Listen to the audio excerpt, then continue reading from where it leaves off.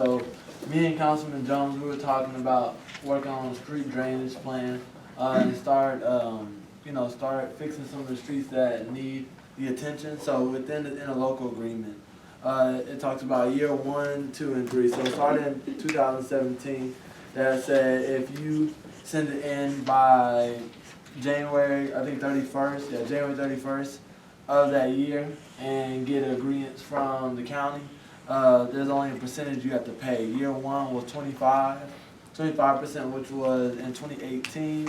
Year 2 was 50% for 2019. But the issue is now, because you have to send it in before January 31st for the year, we would be technically going to year 3, which would be 2020, which is 75% of the material. But if we don't do it for this year, then it will be 100% going forward. So this is something that I feel like we need to have a workshop on and really start discussing how we're going to move forward, especially with some of the streets that definitely need repairment.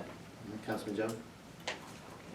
I want to say our very first council meeting this year, the council had passed the 50% upon the interlocal agreement. We've already approved this. Yeah, so we approved the interlocal agreement.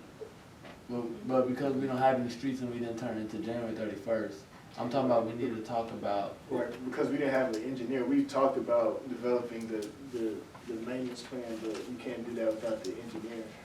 And so that's really been the holdup. Actually, it's a little bit more than that. When this first came up, the county was discussing it. We were at 0% at the time. And Counselor, this just reminds me, as we're doing so many things here, I'll have to get with you because, and see if I can pull up an email that I sent to all commissioners and the county judge and the county engineer on a couple of streets within the city of Prairie View.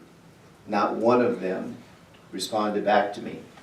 So, and again, we were under a quote-unquote interlocal agreement scenario then. This is a new one. They changed to this, but I'll get with you and then we'll update council on that because, and there's also a document that someone gave me showing where the county was to maintain, I think it was Richards Road, Owens Road, and something else on behalf of the city. Again, before this, that wasn't done. So there may be some things that we need to take a look at as you bring this back up to see where we are and what they should have done even to respond at the 25%. It was never done, but the request was made.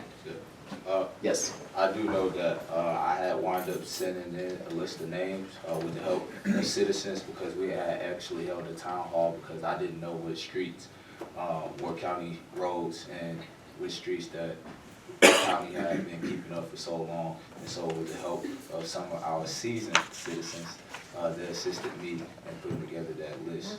So I guess it is great that we're starting to have this conversation now. So that way going forward, we won't miss that deadline and that opportunity to get some of our streets fixed. And also, as we should mend our relationships, I think it would be a great thing to have our county commissioner come in and join us upon this dialogue as well. Yes, Councilman Rowe. Mr. Mayor, Councilman Wallace, I want to commend you on the opportunity for bringing this back to our attention. It's not the first time we've talked about this. We need to kind of bring in what everyone has said. We need to have the list of streets we need to submit to Waller County, but we should have our own city plan that should be either driven, that the mayor should be giving us information to be able to move this forward so we can develop our own plan. So again, part of this is like, when would you like to have the workshop on this particular issue? Because again, you're bringing to our attention about the interlocal agreement, but there's a plan that the city of Prairie should have in reference to street maintenance, irrespective of which streets, county or city roads. Well, I would say one, of course, we got to start moving forward and having our city engineer because that's someone that has to be part of the conversation. And part of the reason why I bring it up on the agenda is to stress that we need that city engineer, so that things where we have opportunities to have is not falling by the wayside because of negligence of bringing in that personnel.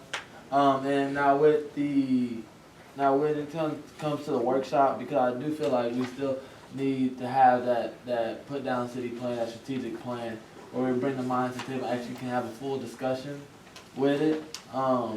We always have city council meetings every second and fourth Monday. So I think for council, it'd be smart that we start utilizing, workshops before city council meeting at 5, because what we keep running into is that people have work or something like that, but if we do it an hour before, we can start, having those conversations, that's necessary for the city.